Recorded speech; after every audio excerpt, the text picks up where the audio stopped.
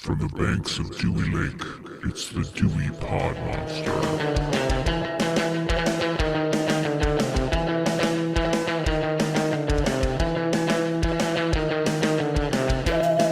All right, welcome back. My name is John, and this is the Dewey Pod Monster Podcast. This is your weekly podcast about consumption. We are proud members of the You-Run Podcast Network. You can find all of our previous episodes, as well as all the other great shows on the You-Run Podcast Network at yourunpodcast.com. With me this week is the host of the Dewey Pod Monster Podcast. He's easily distracted, just like me, and his name is Sean. And Sean, how are you doing today? I guess we must have ourselves an asshole shortage, huh? I thought you were going to say you were young, dumb, and full of cum. Definitely not two of the three. Well, that's good to hear. So I'll leave that to the listener to decide what two you are and which one you're not. So you did come on 10 minutes late to this recording, so I can only make an assumption. Yeah, no comment. What have you been watching this week? What have I been watching this week? Well, that's a great question. Thanks for asking. Watched a couple movies. All I really have to talk about today are some movies because I didn't really get a chance. I didn't do anything else. I was thinking about it. Like, I know John's going to ask what I've been watching, but I really haven't been doing anything else. So what the hell have I been doing? So I had to cram some movies in so I'd have something to talk about. So I crammed these all in within the last 2 days. I feel so honored that you do things just for me now. I'm your private dancer. Your dancer for money. Ooh, young, dumb, and full of cum. Something like that. Yesterday, I watched Furiosa. Is that called Furiosa? I say it like with a question. The new one? Furiosa, Mad Max Saga? Yes, the new one. I watched the new one. That's only in theaters still, isn't it? No, streaming. Streaming at home. Streaming at my home. So anyway, let's rewind that back 3 seconds. Yeah. I watched Furiosa, Mad Max Saga story. I think that's what it's called. I think that's the official name of Furiosa. It was pretty good. I liked it. It's really interesting.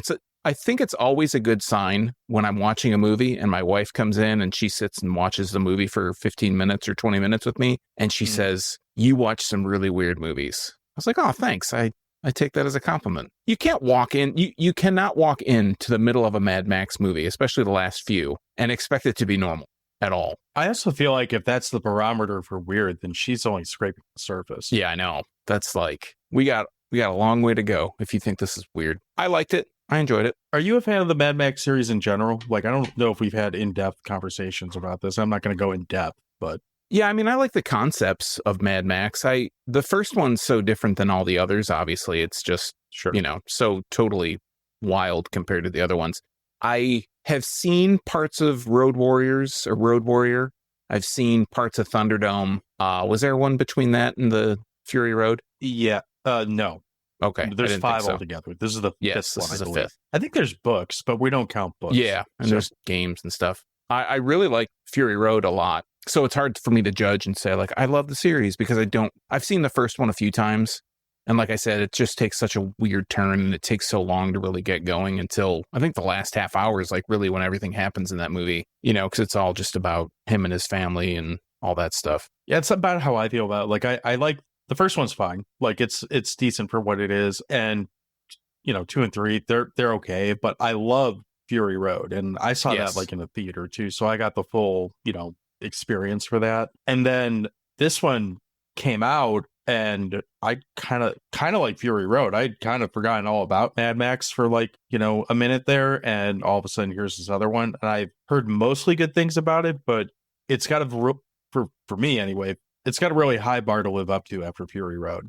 Yeah, I really like Fury Road a lot. I saw that in the theater a couple times. That was one of the movies that I can remember I had a day off of work or something and went early to go see it in the morning, after seeing it at least once or twice. I think I saw it at least 3 times in the theater and really enjoyed it. And this one really is the same kind of style. The thing that I'll say, because I know that you want to watch it, is the Fury Road movie used a lot of CGI, but a lot of the stunts and effects and stuff were practical. They just kind of used the CGI to kind of mix the different shots together to make a bigger composite shot to make it look bigger than how they actually filmed it. And this one, they filmed it. I don't think it was filmed at 24 frames a second. I think it was 60, and it has some elements where it feels the action looks kind of cartoony because of that. The frame speed is higher, so it doesn't really look the same. And they use a lot of they reuse a lot of the same style of shots. Those scenes where they show the front of a car as it's driving, and they'll they'll zoom in to it and the person driving, they'll zoom in on their face and then something will happen and they'll zoom out and you'll see the same shot. And they do that kind of a lot. And I read some stuff about it, how they did that on purpose, supposedly, to make the CGI look kind of jarring. And it is a little bit. It's not so much that it looks out of place. It's just that when you know so many stunts from Fury Road were done practically, and this one, you can kind of tell there's a lot more green screen. I did really enjoy the story of it, regardless of the stuff that was going on. I thought it was a really interesting story, and I'll leave it at that. I know that you want to watch it, so I don't want to get too much more into it. After that, I watched, I don't know if you're familiar, I'm going to say you are not, familiar with the Descendants series of movies on Disney Plus, Disney. Are you familiar with the Descendants story movies or whatnot? I have the Descendants band logo tattooed on my arm, but I don't believe that's related to what you're referring to. A little bit of a different thing here.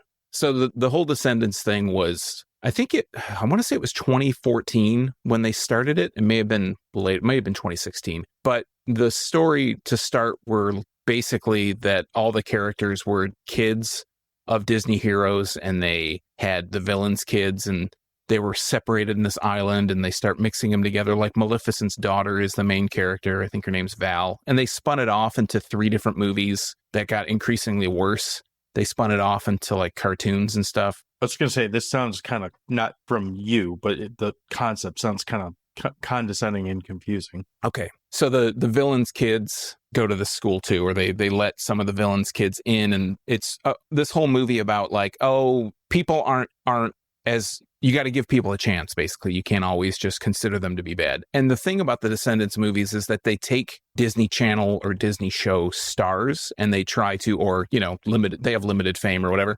And they try to shoehorn them into these roles so that they continue these people's livelihood, essentially. Because let's face it, a lot of actors and actresses that are kids on these Disney shows don't generally become adult. They don't have adult success. So these movies are kind of like for teens, young tweens and teens and maybe older teens. I don't know. They seem kind of condescending and stupid, like they treat their audience really stupidly. So anyways, the newest movie came out and it's called The Rise of Red, because Red is a character that's the Queen of Hearts from Wonderland. It's like the stupidest thing. I don't even want to explain it. I just kind of watched it with my kids because they'd seen the other 3 movies and they were like, the new one came out. Let's watch it. Like, all right, whatever. So I obviously, surfed on my phone or fucked around on my phone while they're watching this.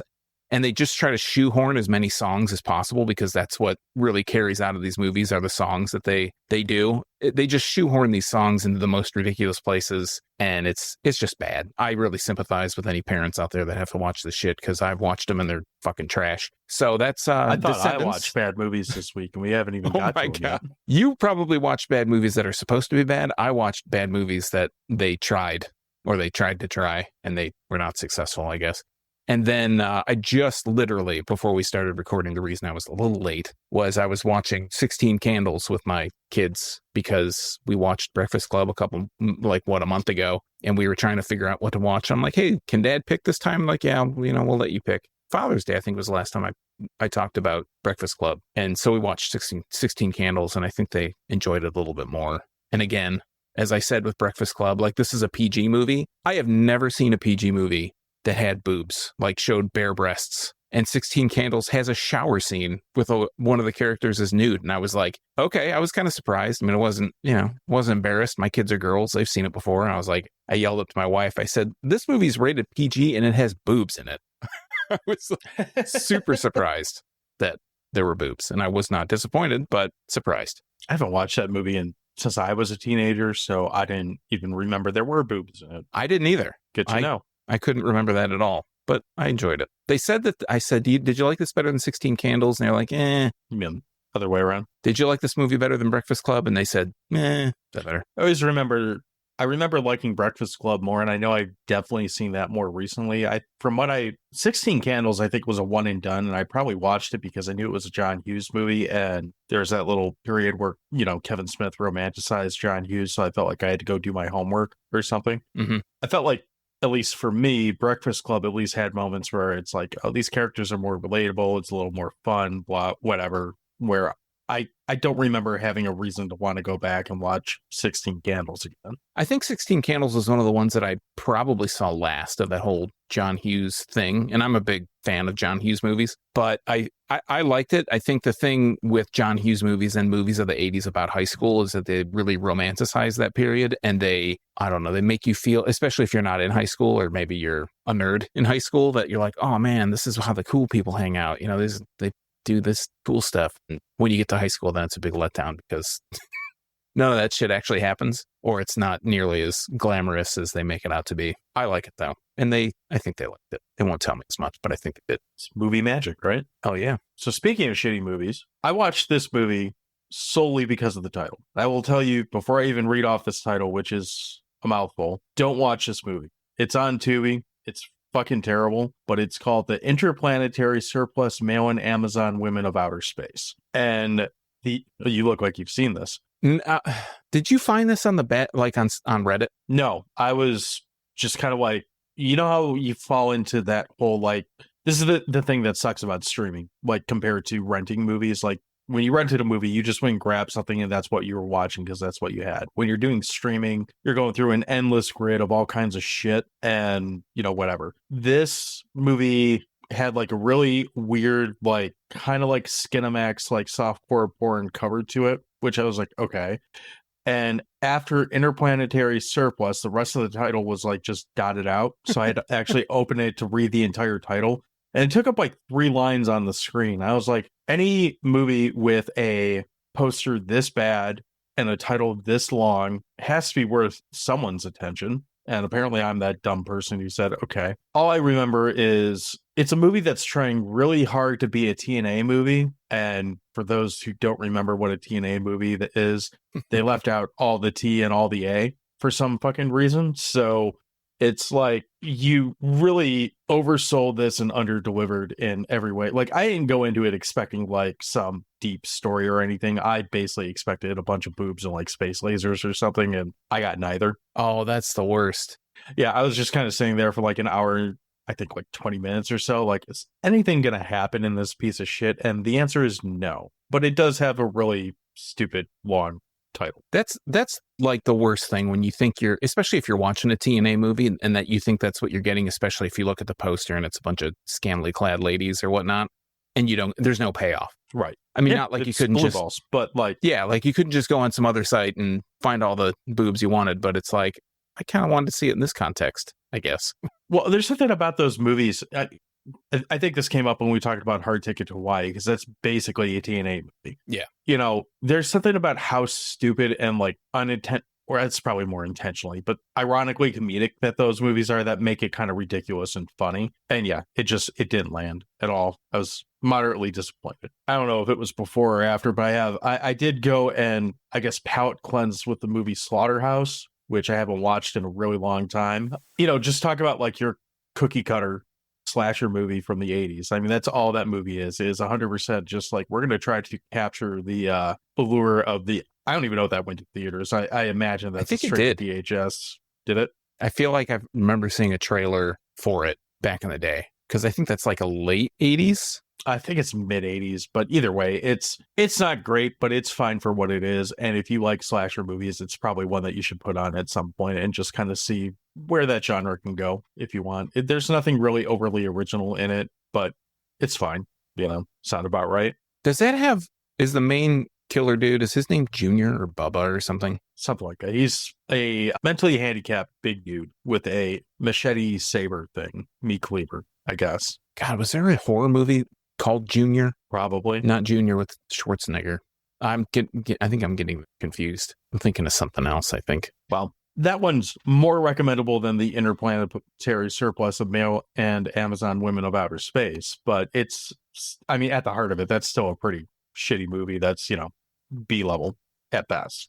Buddy Bacon, that's his name. Junior, Bubba. There is a lot of pigs being processed in that movie. So the new season of Cobra Kai has started, which apparently they're going to break into 3 chunks, which kind of pisses me off. I'm only 2 episodes in. I talked to you a little bit about this off mic, but I'm going to reiterate it. I don't understand at this point now 6 I think this is the 6th season of this show or 5th or whatever, multiple years, these kids have gone from being like teenagers to like 30-year-olds that are still in high school for some reason. And they're still like, the motto of this show is still every problem that can be caused by karate can be solved by karate, which sounds funny in theory, but now 6 seasons in and 2 episodes in, I'm really having a hard time. Like, this is fucking stupid. Like, I'm hitting a wall where I'm like, really, you guys have had like the fucking FBI raid your little karate dojo and like try to murder your sensei or whatever. And all this dumb shit has happened. And these kids are still stupid enough to be like, well, we got to go karate our way out of every fucking problem.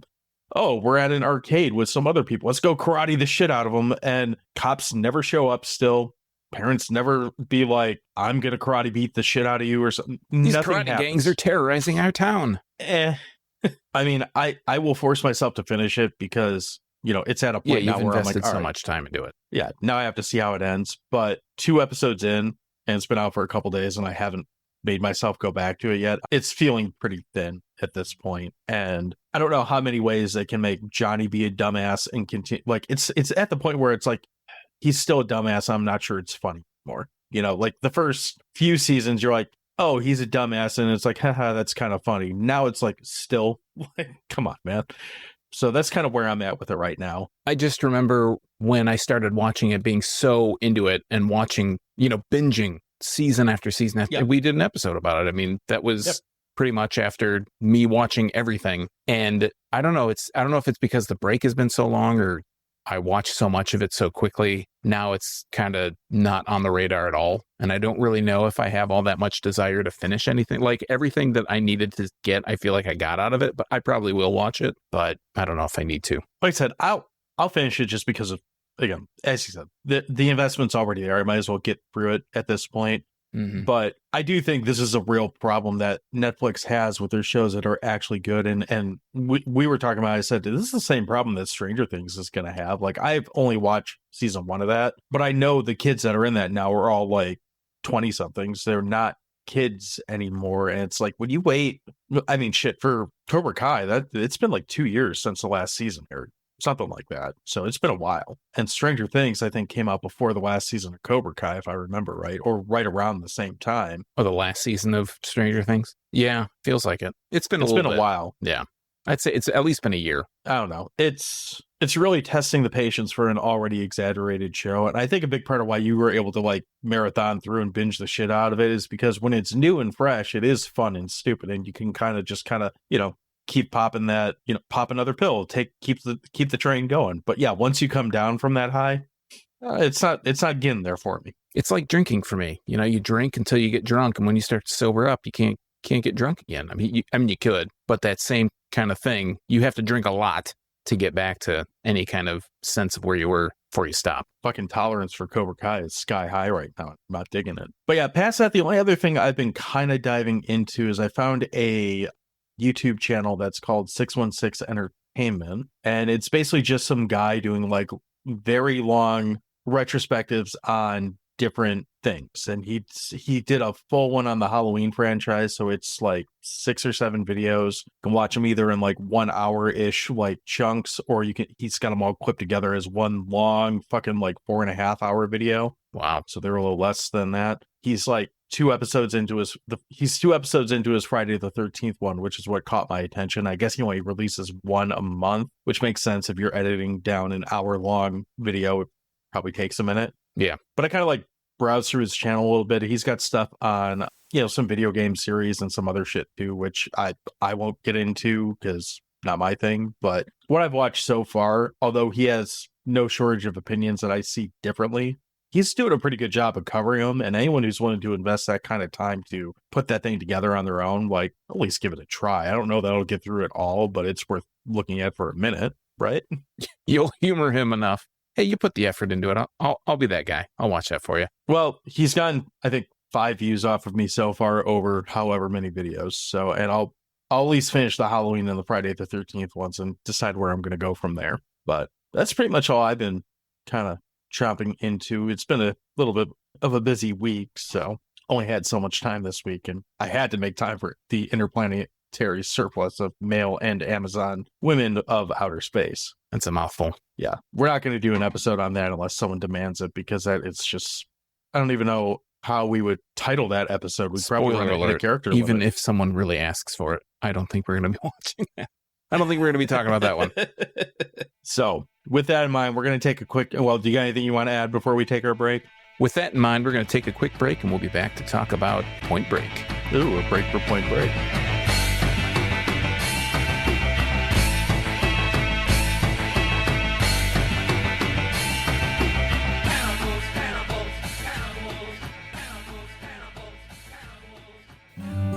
Hey, Sean, what are you doing this afternoon? I think I'm going to listen to Podcast in the Woods. That's awesome. Did you know that they're the newest member of the You Run Podcast Network? I didn't know that. Is that true? That is true. Have you checked out Podcast in the Woods before? I've been on the show. Hell yeah, I've listened to it before. So have I.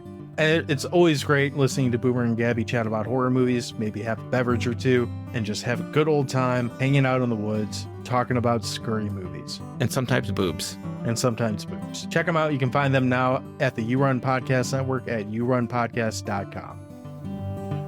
Okay, you heard it right. We're talking about the movie Point Break. This is one Sean demanded because he's still mad that we watched A Violent Nature. So this is the last of the palate cleansers. I didn't demand it. You did. You threatened my life in so many words. I slammed my fists down and had a tantrum. You did. We will talk about Point Break, damn it. This wasn't one of that. You wouldn't have had to twist my arm for this anyway. This is in a lot of ways a classic. So, but before we get to that, let's talk about our third-party review. Our third-party review this week is really short, but I thought it was funny. It is from Muriel, which is on Letterboxd, and Muriel gives this movie 5 out of 5 stars and simply says, White Boy Summer. Full review. I don't know why that made me laugh. What's this movie about, Sean?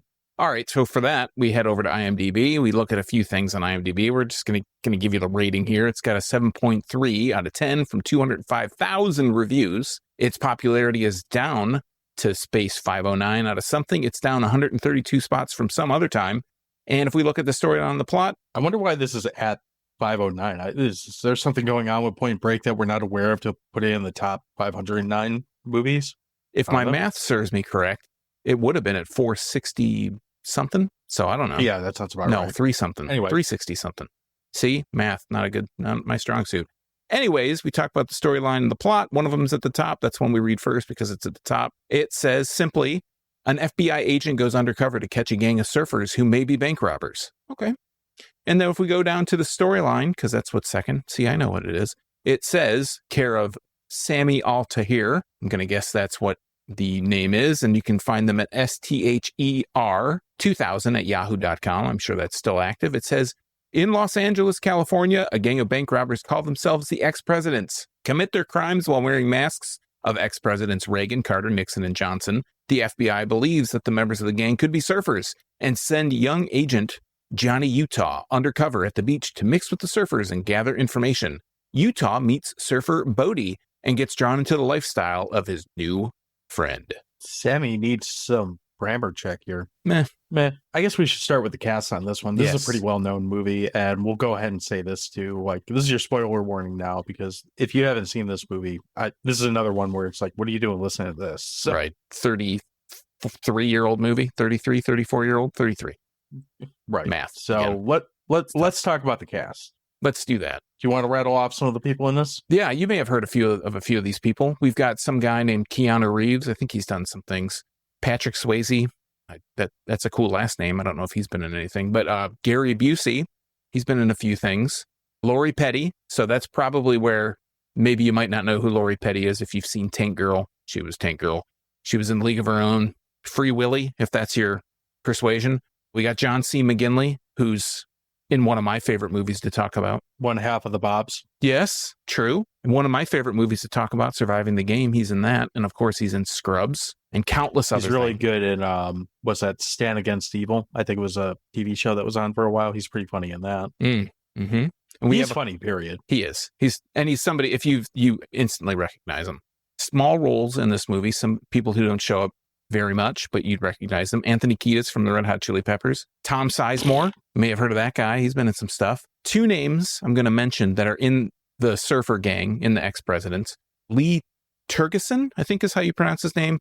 He plays Rosie. He was in Oz. He was in Wayne's World.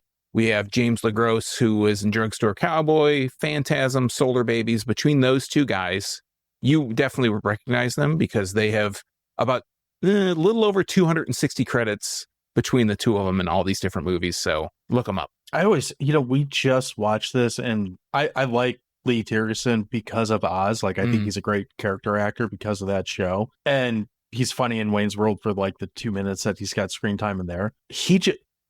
For better or worse, this cast of bank robbers, when they're not in their president's mask, goddamn, do they just blend together? Like, you can't, with the exception of Patrick Swayze, you really, like, they are just like long-haired beatniks. Surfer dudes. There's really nothing that separates one from the other.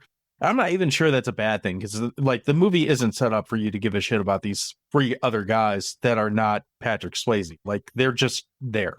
I would even go so far as to say that whole little beat 'em up section with Anthony Kiedis and Warchild and Bunker, like where they get in a fight on the beach. Keanu Reeves, Johnny Utah gets in a fight with these surfers on the beach, and Patrick Swayze, Bodhi, comes over and helps them out. And you can almost, like, those guys blend in. There's like a scene later in the movie where there's like a bust. They get a warrant for these guys because initially, some stuff happens. We'll get there, I'm sure. But those guys even blend together. You're like, are those? Wait, no, okay, no, those are a different set of surfer dudes. Yeah. It's like they took everything from, I don't know, probably Thrasher magazine and, Dogtown and the Z-Boys, like that group of stuff, and just said this, but with surfboards instead of skateboards. Because I know they originally talked about this being a skateboard gang and changed it up to being surfer gang. But really? I mean, I didn't know that was one of the things they talked about, which I mean, I guess I can only imagine this would have came out like Gleaming the Cube or Tough Turf or something, like one of those, like closer to that late type 80s, of movie rather than early 90s. Yeah. But I guess we'll never know, because this has got to be the definitive surf movie out there, right? I would say in this kind of genre. Yeah. The Surf Ninjas is the only other one that I can even think of. This kind of feels like it is an action crime movie that has the backdrop of surfing, whereas a lot of the other surf movies are more like comedies or coming of age kind of stories. I wanted to mention before we got too far into this movie's directed by Catherine Bigelow, who this is like the second movie we've talked about of hers, the other one being Near Dark, but she's directed, I think she did Zero Dark 30, she's done Hurt Locker, so she's like a very accomplished female action director. I shouldn't even have to qualify that, but she's just a really good director in general. And this movie, I think, is like the first, where Near Dark was a good movie, and it's a horror vampire kind of thing. I feel like this is like her first real big serious non-genre movie. And I mean genre as in like horror or, comedy kind of shit. This is like a down and dirty, real quote unquote movie. I agree with you, but I also want to say that I think what she did with Near Dark was pretty damn entertaining for the genre. For sure. And like, I know she's got chops. That's all there is to it. Like, I forget the other movie she did before this, because it was Near Dark and one other one. And then, the story is that she was married to Cameron at the time, James Cameron at the time. He thought this would be good for her, blah, blah, blah. We got this movie. So do you remember, I'm assuming that you've seen this before this week. If you haven't, I'd be shocked.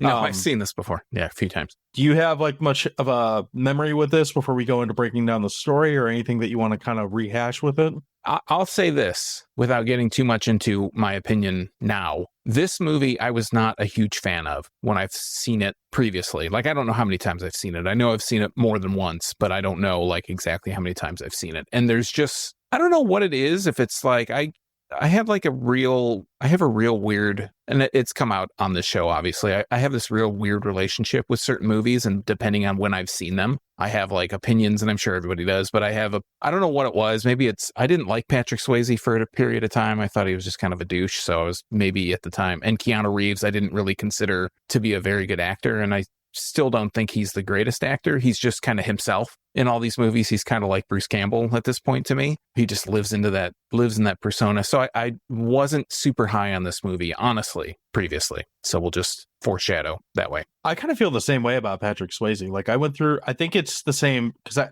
don't know if I've said this on the show or not, but I kind of feel the same way about Leonardo DiCaprio. Like for a long time, and you'll know this, like Leo was the guy that like when I was growing up, Leo was on all those like teen heartthrob magazines. So yeah, he was definitely the heart Tiger Beat kind of guy. Yeah. So I always thought of him as like, oh, fuck that guy, pretty boy. Yeah. Whatever. And Patrick Swayze was basically that before Leo, but he was for the, teenagers and the middle-aged, like my mom loved ladies. Patrick. Yeah. My mom loved Patrick Swayze. Like everyone's mom and sister loved Patrick Swayze because of Dirty Dancing. Because of, there you go. Honestly, Dirty Dancing is probably the one, even though he's been in action movies, he's been in Ghost and romance movies. I think with that being I kind of feel the same way, maybe a little bit about Matthew McConaughey, not so much now, but in that, because he was in so many of those rom-com kind of movies that it just puts a stink on him. And yeah, the classic Patrick Swayze thing that I think of when I think of Patrick Swayze now, other than Dirty Dancing and other shit, is the Saturday Night Live skit with the Chip and Dale shit with Chris Farley, right? Which is unbelievably hilarious. Like it's a super funny skit. And even at the time I was like, God, this guy's such a douche, because I think that he plays so much, and not even because that's his choice, but more and he's making fun of himself. So even at that point you should be like, man, this guy really, he can humble himself. He knows that this is all just a big fucking thing and he's making a joke out of it. You should think that's pretty cool of somebody to take their image and do that with. And even at the time I was like, God, what a super douche. This guy's even douchier than I thought. Well, I think obviously the internet helps with this, but we know so much more about Patrick Swayze, the personality of the person now, than what we would have ever heard then. Because all we heard then was, heartthrob, Dirty Dancing, ghost dude, what happens to be in an action movie. Now, when I think of Patrick Swayze, I think of, Roadhouse. I think of this. And to a lesser extent, I think of Donnie Darko, because even though he's not in that a ton, he's in it, but not like a ton. Yeah. You think of Black Dog. Exactly.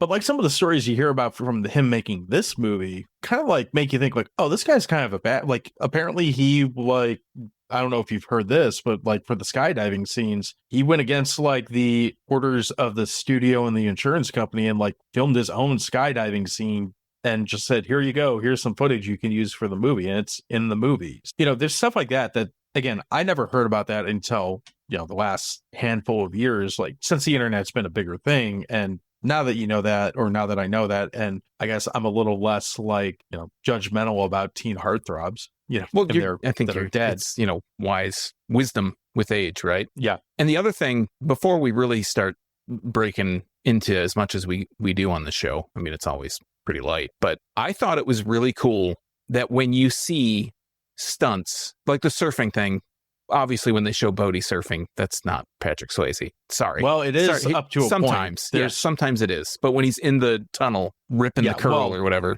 that's not him. You know why it's not him in there, right? Why don't you just tell me why it's not him? That scene where you see him in the first part of the movie, he shattered 4 ribs wiping out on a wave. So they wouldn't let him do his own surfing after that. Oh, shit. No wonder. Well, so anyway. But what I was going to say is the skydiving things, it's really impressive. When you see, there's shots where it's just like they have their arms out and their hair is blowing. It's like, oh yeah, I'm sure they're super skydiving there. But then they show like the long shots where they're clearly someone is skydiving and it's him. Like it's his face. It's not like they didn't do CGI at this point. It's pretty cool to see that. What happens in this movie? So we already mentioned that, like, I actually kind of really like the plot line in this. That's just this one simple, well-put sentence. Like, it says all you really need to know to sell the movie is FBI agent undercover catching surfers who may or may not be bank robbers. This is kind of the first time we really see Keanu Reeves as Keanu, the action guy. Because before this, all he really did was Bill and Ted, right? Comedic. I don't know if Bram Stoker was before this or not. I can't imagine it was. Fucking internet. While you're looking that up. But I mean, you get to see Keanu, like, he's obviously like the first person we're introduced to, and he's kind of like a young dickhead out to prove something cop who's in the FBI and is immediately paired up with Gary Busey, who's like an old dickhead cop who's trying to prove something in kind of comedic fashion. Like they do, I actually kind of like more and more as I get older, I like the pairing of Gary Busey and Keanu as a cop team or cop duo or partners. I don't know why I couldn't think of the word fucking whatever they call those people that work together. Right. They got a really good balance of like two different kinds of kooky and wacky characters that somehow balance each other out really well. And you can almost, just from the get-go, when, I don't know what he says exactly, when Gary Busey's blindfolded, he's like, this son of a bitch, Johnny Unitas or whatever, fuck that guy and all that, and doesn't realize he's standing right there on the other side of him. They play it off really well, and it actually feels kind of true to life to me. Like, I feel like that's how a lot of guys talk. They talk shit and they immediately just kind of get over it and off to buy each other meatball subs or some shit. Yeah, the way that they introduce Busey and Keanu together, they develop this really quick friendship and partnership. And it's one of those things where on paper, like if you told me, and I think maybe because I think of Gary Busey today and being so whacked out and just off the rails, it doesn't seem, and Keanu being more of that reserved kind of, pulled back actor. He's never really super emotional, more than just maybe yelling or whatever, looking stupid. I can't think of him yelling all that much. Maybe I don't know. This movie a little bit. Get to the chopper. That's a Keanu line, right? So I just think looking like on paper, it doesn't work. You would I think hope someone calls you out on that. Get to the chopper, bro. Whoa, get to the chopper. Get to the chopper, man. But yeah, it just doesn't, on paper, it doesn't seem like it would work, but together they work really well. And yeah, Bill and Ted was his first big thing. And I feel like in this movie is Johnny Utah, which I always hated that name. I think that's another reason why I didn't like this movie before. I'm like, what a stupid name. He's he's basically playing just a more subdued Ted Logan in this movie. I mean, for the most part, he's still playing that surfer kind of stupid. I mean, he's a surfer, even though he's not a surfer. He's just kind of playing that stupid Keanu role. I do like when he's walking around the boardwalk or whatever with the surfboard. He's like, can't I just act stoned and like jump on this board every now and then or something? Can I just walk around with this thing? Yeah. No, Keanu, they're going to know that you're a poser. It's amazing that they don't figure it out before they do, because he's like the worst undercover agent in the history of, cinematic undercover agents, but we'll get to that. So obviously, as we're introducing people, eventually we run into Brody, who is Patrick Swayze's character. And Brody. He's kind of, I said Bodie, didn't I? No, you said Brody. No. Brody from Mallrats, same guy. So Jason Lee comes up and is immediately... He says, get to the chopper. Yeah, he's ninja kicked right out of the frame by Bodie. Wrong character. Anyway, they kind of like don't give you a lot of Patrick Swayze until like really like 25-ish, 30 minutes into this movie. Like you get a lot of more development of Keanu's character, which I guess makes sense because Patrick Swayze's the bad guy. He's not supposed to be that well known that quickly. Like you're not supposed to go into this movie immediately knowing he's the bad dude, I guess. But they do a good job of kind of making this like instant chemistry bromance work between Keanu and Patrick Swayze too, which plays out not necessarily believably, but this is a 90s movie, but it feels very much so like a 80s like coming of age film up until it's not, the way that Patrick Swayze and Keanu Reeves bond together in this movie. And I have to say, you said Patrick Swayze being the bad guy, and he is. I mean, he is like the villain, quote unquote, of this movie, but he is such a charismatic character that even with all the shit, he's robbing banks and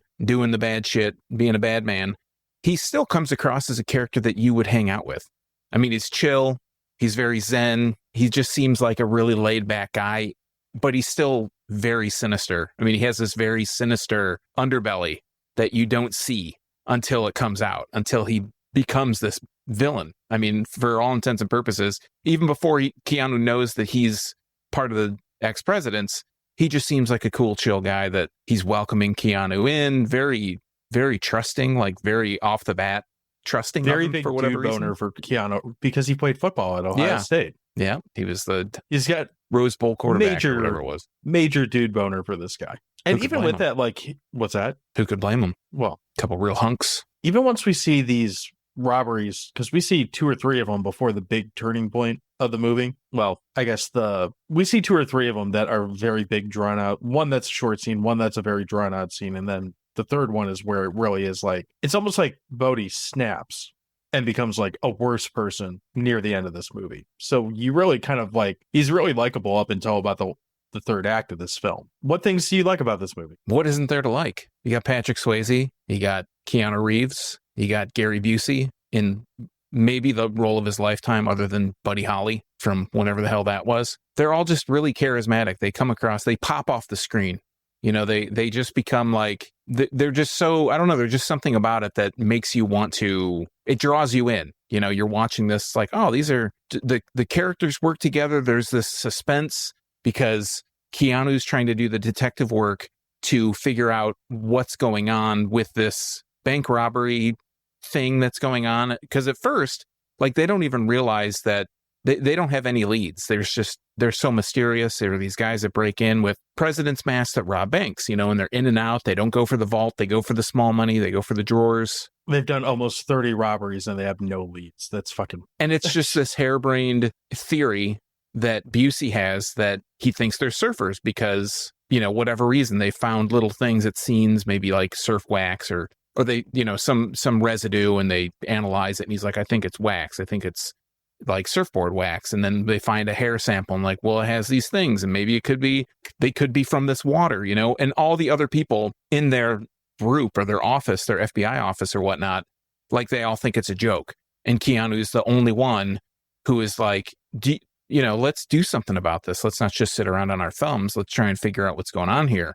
So it's got the crime element. It's got this, there are some comedic elements, and it has this suspense to it. And the whole time, I mean, you know, if you've watched the marketing of this movie, even when this movie came out, obviously all signs point to it being Patrick Swayze, Bodhi, and his gang that are doing this. I mean, you're not going into this movie and you're watching, and you're like, I think it might be Anthony Kiedis and all those guys that are doing this. You know, like the initial thought, there's no way. You know it's going to be Patrick Swayze, but even though you know all that, it's still like just feeding you this little drip feed of, oh, okay, well, they did this, and okay, and you're with Utah and Busey, because I can't remember his goddamn name, but you're with those two characters even as they're figuring it out. They're just masterfully putting all these clues together. So even if you're not like a big action person, like a big action fan, you still have that suspense and that mystery that's feeding into it. We didn't mention it yet, but I really enjoy, because you mentioned the hair sample thing, I really enjoy when Gary Busey's running around the beach and chops off that one, like, burnout's hair. Yeah, they're like clam baking under that fucking blanket or whatever it is. And they're just like, was that a cop? I don't know, man. Was that a cop? The idea that Gary Busey, of all people on the fucking planet, just randomly comes out and chops off a chunk of your hair while sitting on the beach. One, incredibly believable. Yes. And two, very comically portrayed. Very well done. So we haven't really hit on this much yet, but the bank robberies that they actually show in this, specifically the second bank robbery they show before they know that Keanu is a cop, because Keanu blows his cover because he's a fucking moron in this movie. The second bank robbery is so fucking well done. Like, just from when the way they play it up, or they start this robbery, makes our two cops look even dumber than what they did, you know, before. Like, the whole meatball sub like scene is, give me two. Exactly. While he chuckles at Calvin and Hobbes, which is kind of funny, but the fact that these guys are supposed to be on a stakeout, and one, there's no reason that Johnny Utah should be there because they know who he is. So if they see him, his cover is automatically blown, which ends up happening. But from the second that this car pulls up and the four guys in the president's mask run in, how they like quickly get in and out on this robbery, and the car and more specifically the foot chase that ensues after that, is, in my opinion, one of the most entertaining like cops and robbers chase scenes in film, period. Like, it's so well done. It's a different kind of tense than what you get from like a horror tense, obviously, but it does keep you interested and on the edge of your seats. And even watching it this time in a movie that I've seen I don't know how many times, I know exactly what's going to happen. I found myself just as engaged with this chase scene, especially the foot chase part where Keanu's chasing down Patrick Swayze. It holds your interest so well for that. It's a long scene. It's probably like a 5-minute scene at least where he's chasing him down. And it grips you the whole time. I think the other thing about that is it's very difficult to make a foot chase seem tense. You know, like, you see car chases till the end of time. And sure, they can be, we talked about the one from last week from Out for Justice. And that's a cool car chase scene, not probably one of the top 10 in cinema, but it's pretty cool. And this one, just, they're switching cars. There's the foot chase. There's all this stuff. And I think blowing up the car in the process. The gas station like totally explodes off camera, which, okay, you know, could have Could have gave some bonus points if it was on camera. But there, I like that you can see it exploding in the background, though. Yeah. Like you just see this giant fireball blow up. So, and I think the part of this movie that is really amazing to me is that second bank robbery scene and the foot chase, the car chase, all the stuff that we're talking about happens with. This movie's 2 hours long. That happens like right in the middle. It's like 57 minutes into the movie. This happens. They know that Johnny Utah is an FBI agent. He knows that it's them. They don't know it until the robbery. I'm talking about at the end of that scene. By the end of the chase, Bodhi knows that Utah is an FBI agent. Right. And you can see that Utah knows because he sees that Bodhi's the one. He can see in his eyes. You know, they make eye contact. He can tell that's who it is. And Patrick Swayze, side note, sexy as fuck in this movie. He looks great. I'm super straight. He looks great. But they have that whole scene, and then there's still another hour to go. And a lot of movies, when they, you know, we talk about third act, right? That's usually the last 15, 20 minutes. But there is still, this is like, that's like the second act. That's the end of the second act, and this third act is so long. It's like the last hour of the movie, because the first act is more of getting to know the characters, getting to know Utah. He learns to surf, all that stuff. Then he meets, second act is probably where he meets the surfing dudes and he gets kind of into the gang and all that stuff, and the raid on the house with the other surfers. And then we have this whole long, super long third act, but it's still compelling the entire time. You know, there's still something to watch. There's still more mysteries to learn. There's still more like subterfuge and villainy basically that's going to happen with this last part. So it's really kind of cool that they just keep that tension going. It's interesting to hear you say that, because I was going to actually get on the runtime as a potential negative, because everything you just said I 100% agree with. Like you nailed it.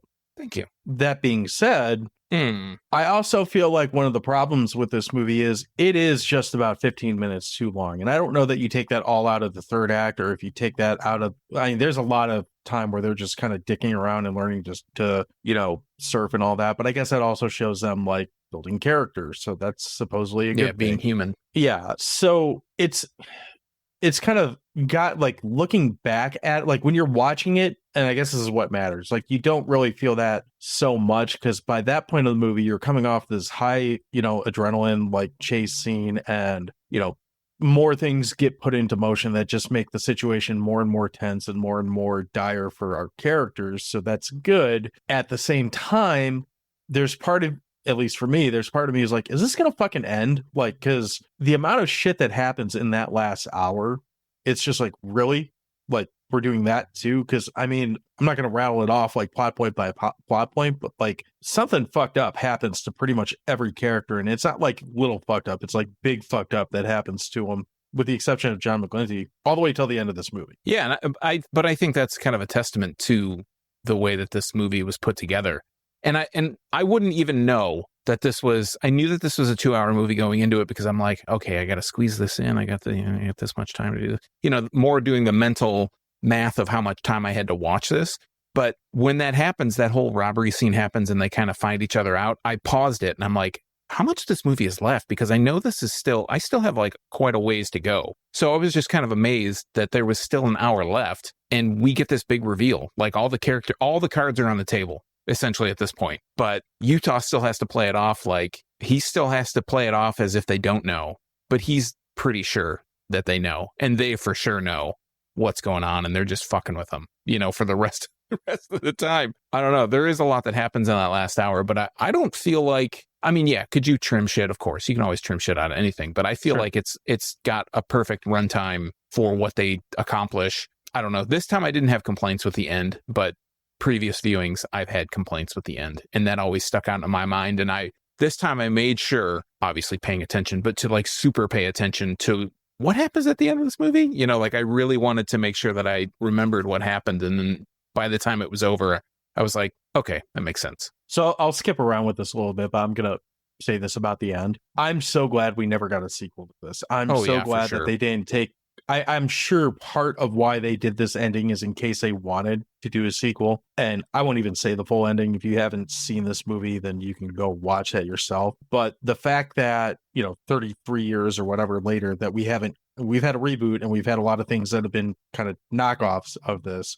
we've never had a legitimate sequel where we have like, Keanu Reeves is back to fight some other like I don't need any shit like that. The fact that this is a one-off movie that stands alone, I actually think that makes this movie dramatically stronger, because if we had to do this again, it'd be like Cobra Kai. We'd be like, really, we're going to do all this shit again? Like I can't imagine you would really be able to expand on this and come out better in any way. Yeah, I think a sequel would just really, I don't know, sully this movie. Yeah. This doesn't need to be, there doesn't need to be a sequel to this. Doesn't need to be a part 2. It's a great ending as it is, and it wraps it up all nicely at the end. I mean, it leaves a little bit to the imagination, but I'm like 95% sure I know what happens at the end. You know what I mean? I guess it's as good as confident as you could be. I like that, I could see like flip-flopping on it too, because I'm sure I've done that also, but I like that it's a little ambiguous.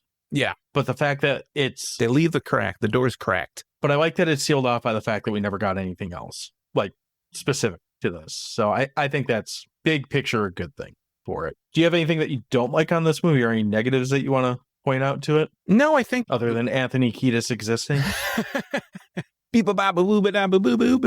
I know. I think that I really, everything that I didn't like about it was all previous viewings. Like I had those in previous viewings, and just watching it this time and just letting it be a movie and just letting it take me away and just letting myself watch it really kind of took a lot of the criticism, the big time negative criticism that I had about it before. Like, you just accept that, okay, Patrick Swayze, why, he doesn't, I don't know. You're putting your own thoughts on this guy. He's just an actor, right?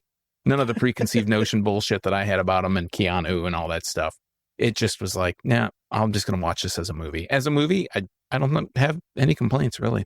I mean, I don't know that I would go as far to call it a complaint. I do think some of the dialogue, specifically out of Keanu's mouth, is pretty stupid, but I actually think that kind of plays up to the charm of the movie. Realistically, a lot of like action movies from this era, they're not exactly known for script writing, and this isn't. What's weird about it is like, for all the like dry, dumb ditziness that Keanu has, and at times Gary Busey has, really the entire FBI has, Swayze isn't.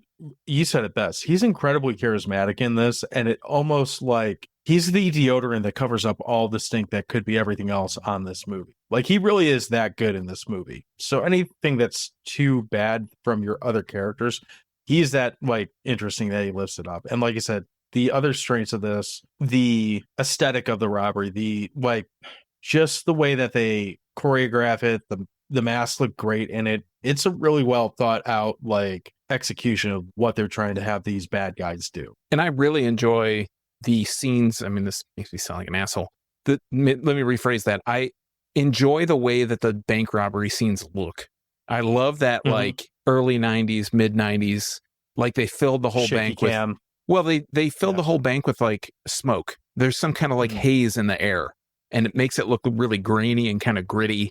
And it adds a little bit of extra, I don't know, realism to the shot. And you notice it with a lot of, I don't know, 90s action movies that they do that. The other thing is like, the sign of a good car chase scene is when a hubcap, when they do a corner, they corner in the car and a hubcap like flies off. Yeah, that's like that. If that happens in a car chase, I'm like 90% sure that it's a good car chase. Like that's got to happen. Have you ever seen that happen in real life? Like not in a chase, just a hubcap fly off a car? I have, yeah. It's kind of scary. Yeah, I saw that. And side note with it. So this was recently. I was behind a car and I saw the hubcap go off. And then maybe quarter of a block later, I saw the wheel go off and the car just lampooned into the curb. I was like, sucks for that guy. Yeah. Speed along. Not a good sign. Also, first time in a long time seeing a naked chick fighting a dude. That's true. And that naked chick beats the shit out of a lot of dudes before, was it Gary Busey knifes her or some shit? Yeah, something like, I can't remember exactly who takes her out, but I think Gary Busey does. But yeah, that naked chick she gets a couple bodies down without any problem. So she's not to be fucked with for sure. Oh, I do have one complaint. The in the foot chase. Mm-hmm. Who picks up a dog and throws it, and then the person that catches the dog, like, this is a huge like Rottweiler. It's like a pit bull. Yeah, something. Rottweiler. What am I talking about?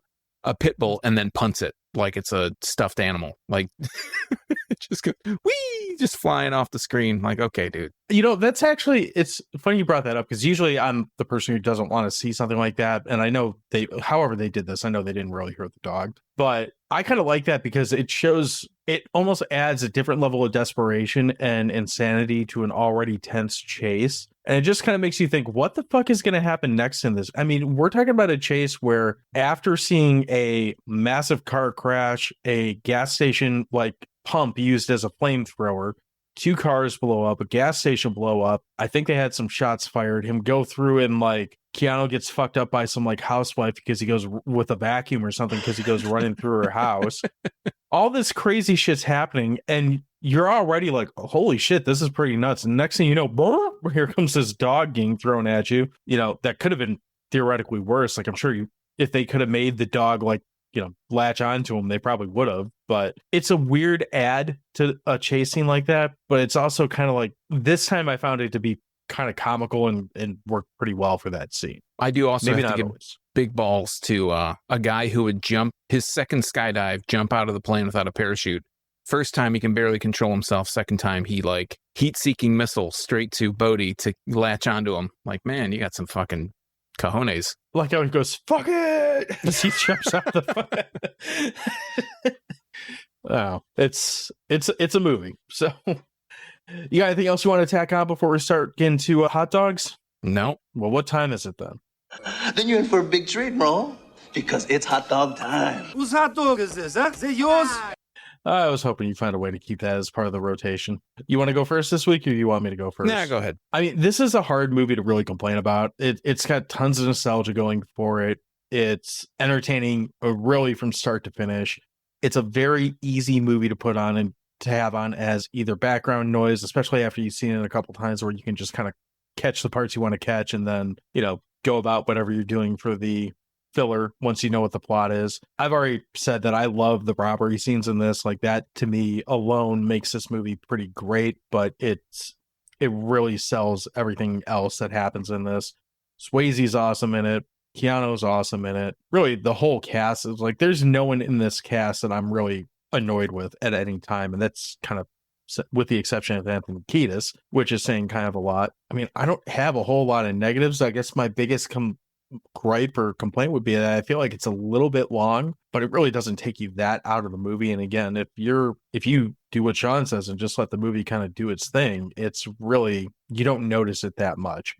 So I give this movie a pretty solid, like 7 blown off Anthony Kiedis toes through a old sneaker out of 10 hot dogs. It's enjoyable. It's a good rewatch. I go back to it often enough, and I'm sure this won't be the last time that I watch it. For me, this is, I've always said, like, and I think you've said, Goodfellas is like a catch any point in the movie and watch it, to the end. For me, it's Shawshank. I love Shawshank Redemption. I could sit down and watch it at any point and not feel like I missed out on anything because obviously I've seen it before. I think this is going to fit into that for me now after watching it this time. It's a super entertaining movie. Like I said, I had one watch check, and that was when Johnny exposes the presidents and they find out who each other are. And I just thought to myself, how are they going to do this for another hour? We still have another hour to go, and how are they going to do it? And they pull it off. It's still, again, ratchets up that tension, keeps it entertaining, keeps you on your toes. Even like you said earlier, if you've seen it before, you still feel like, what the fuck? How are they going to do this? As much of a doof as Keanu is, I feel like he's a serviceable and lovable doof in the movie. The story's compelling. The pacing's great. It's a fun story. Like I said, infinitely rewatchable at this point. I got to give it 8. Utah, give me 2 out of 11 hot dogs. So would that be 16 out of 11? Yeah, sure. 16 out of 22. That really drags that number down, doesn't it? Oh, yeah. I don't know. I guess it's technically the same. So I won't do that. Whatever. Short version is we like this movie. It's a good movie. It's a good You should watch it. Got anything else you want to tack on, or do we want to ask a question and see what people have to say? I'm going to ask you a bunch of questions, and I want to have here. What? Fuck? I'm going to ask you a bunch of questions, and I want to have you answer them immediately. I don't even know. Just what's the question? So we only asked one question. The question was, when has a remake been more radical than the original? We use the term radical because our good friend, You wanna get deceased radical? friend Patrick Swayze is all about getting radical. So we're going to start over on Facebook because that's what I have pulled up right now. And the first person who responded was OJ, or Other John. And he says, this may trigger John, being me, but the Friday the 13th reboot was pretty rad and enjoyable. It doesn't trigger me. I actually like that movie quite a bit. I do like the original more, but I'm not triggered by this at all. Sorry. Then our friend Evan said, The Blob is a quintessential remake that outshines the original in both technology available and the effect of the loosened censorship. We've championed that movie probably more than any other podcast on the internet, so I have absolutely no argument with that. I assume you don't either. When The Blob comes back and it claims its rightful throne as the top movie of all time, I want to get credit for that. I mean, I'm not going to go that far. But let's go to X and see if I can pull that up somewhere. I had it pulled up and then it went away because X is stupid. So over on X, our friend Justin, who's over at Pop Culture Reflections Podcast, another amazing member of the You Run Podcast Network, says, for me, it's got to be Scarface, 1983. Brian De Palma's film is so wild and a lot of people know it without ever having seen it. I think it's a great pull because I always forget that it's a remake. I don't know if you do or not, but it overshadows the original so much that, I feel like it's one of those movies at this point. How many people have actually seen the original? And I'm not, I haven't seen the no original. shade on this pick. I think Scarface is a super example of an awesome remake, but I think a lot of people don't even know that it's like, what is it, from the 30s or something? Yeah, I looked it up because I was like not sure. It's 1932, and I haven't seen the original. I don't know if you have. No, but I have not. so yeah, next week we'll be talking about Scarface from 1932. Yeah, we we will gotta not. go back to the source. Right. All right. Over at Dissect That Film, they said Texas Chainsaw Massacre 03, Arlie Emery alone makes it a radically different film than the original. It is a radically different film from the original. I don't know that I would say I like it more, but I can definitely see the argument why people like it more. And it is a very well done remake, to say the least. So, thoughts? I think you're more of a TCM fan than I am. Oh, here comes the argument. I don't like the remake. I was trying to remember it. And yeah, no, I don't like it. But, teach their own. So our friends over at Cinema Poison said Cape Fear with Robert De Niro, the Martin Scorsese remake. And then, believe it or not, at You Run Podcast, who is also a member of the You Run Podcast, quite possibly the founding member of You Run Podcast. I think so. I think so. The Child's Play remake made some wild ass changes and has a very weird picture of Chucky on here. Child's Play remake is not as bad as it gets panned for. It's actually got some interesting ideas. I don't know. I'm not the right guy to judge that one as far as being better than the original or not, but it's definitely, it doesn't deserve the hate that it gets. Have you seen that one? I haven't. No, I mean, I think besides watching the ones we've watched, I haven't seen many of Child's Play movies. Dolls scare me. We've only watched the one. I know. Dolls scare me. We're going to have to fucking watch another one of those, aren't I'm going to we? have to watch Dolls. We only have one other response, and this one's over on Instagram. Light response load today. People are all young and dumb, and they're not full of responses. And last, certainly not least, we have Old Nerdy Bastard, who's one of the members of the Krusty Boys, also on the You Run Podcast Network. And he says, Dawn of the Dead for me, still like the original, but the Fast Zombies were a radical enhancement. I can't say that I like that one more, but it is a great remake. It is a fun movie. It's pretty damn good, but I don't like it more than the original. Yeah, the original's so good, and it holds such a place for me. Just how many times I've seen it, and it was like one of the first, we talked about it ad nauseum on an episode a couple months ago, but the remake is very good. It's probably the only Zack Snyder movie that I like. I like 300 also, but the remake is good for what it is. It's kind of like a mindless like zombie movie, and that's fine. Where I think the remake falls short compared to the original is the character development is like non-existent in comparison to what we got in the original. I don't want to do a whole episode on that right now. That's probably a podcast for a different day, but it is a really good remake, and it's definitely worth watching. Sean, outside of The Blob, which was already mentioned, do you have a remake that you would like to say was more radical than the original? Radical dude. I feel like I mean, The Blob is probably my choice too. We've already talked about that a lot. We do talk about that a lot. I want to be given credit. All right, then. I mean, for me, like, I'm not really going to throw a whole lot of them out there that we haven't already said. I mean, The Blob's up there. I do like the Friday the 13th remake. I think that one's pretty good. The Thing is a really good example of a remake that's really well done. I think in general, remakes that came out in the 80s seem to do a lot to kind of still tell a story in a really good way. And, just have the technology advancement that kind of made them better. But I don't have one that I really want to highlight as necessarily more radical other than what's already been said. Yeah, same. There was a lot of really great examples. And I didn't even think of The Thing. Well, and The Thing is, I don't like a couple of these. The Thing is, Thing's such a different movie than the original, too. Yeah, and sometimes that can be a good thing. It can be radical. Yeah, radically good about it. Radically radical. Anyway, that's been Lines or Sports Talk for too long. Dewey Pod Monster Podcast. And now, all right, let's wrap this shit up. So wrap it up. So that's all we got for this week. We'll be back next week with some more shenanigans and whatever other bullshit that we decide to talk about. We haven't got that far yet, but in the meantime, we would greatly appreciate if you took some time to get on to social media, give us a follow. We're at Dewey Pod Monster on every social media outlet that's out there. You can find us, just search at Dewey Pod Monster. We'd greatly appreciate it if you took a minute to review the show, gave us a thumbs up. Tell us what we're doing wrong. If you don't like what we're doing, that's fine too. Any interaction, whether it's on Spotify, Apple Podcasts, or wherever you want to do it, we would greatly appreciate the review and thank you for the time on it. And certainly, last but not least, you can find all of our previous episodes at our site, which is crap.town, or at our network site, which is, I guess it's not the network that we belong to, not necessarily our network. We don't own it. We just participate with it. But you can find all of our stuff at yourunpodcast.com, as well as all the other great shows on the You Run Podcast Network. Sean, I'm babbling. Please add to this so we can wrap this up and get out of here. If you've left a review on the platform of your choice, go to another platform and leave the same review. Do it. They won't even know. No one will contact you and say, the podcast review police will not come to your house. I promise. There's a podcast review police? I'm not a police officer. I'm not a member of law enforcement. I'm not a lawyer. I can't give you legal advice, but I'm pretty sure there's not podcast police. Everything we talked about on this show today will be in the show notes, so check those out. They'll be on Spotify.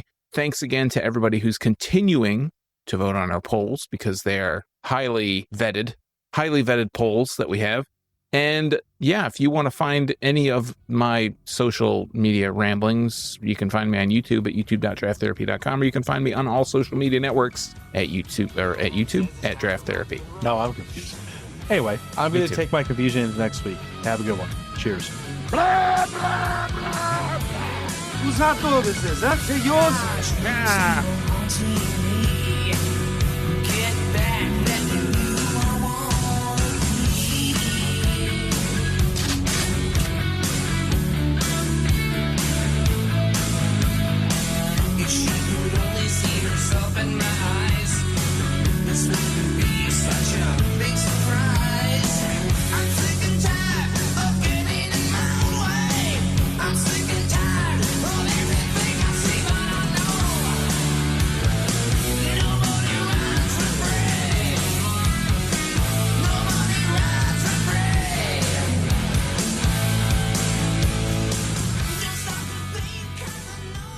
All right, my name is John. God, that was bad. Yeah. All right, welcome back. My name is John, and this is the Dewey Pod Monster Podcast. This is your weekly podcast about consumption. And with me this week is I'm way off. Man. I drank too much this weekend, apparently. Take 3? Yeah, take 3. All right, welcome. That was your fault this I time. know. That was on purpose. What do you attribute this victory to? He goes, goal, coach, Jimmy, goal. Steven Seagal, you stupid piece of shit.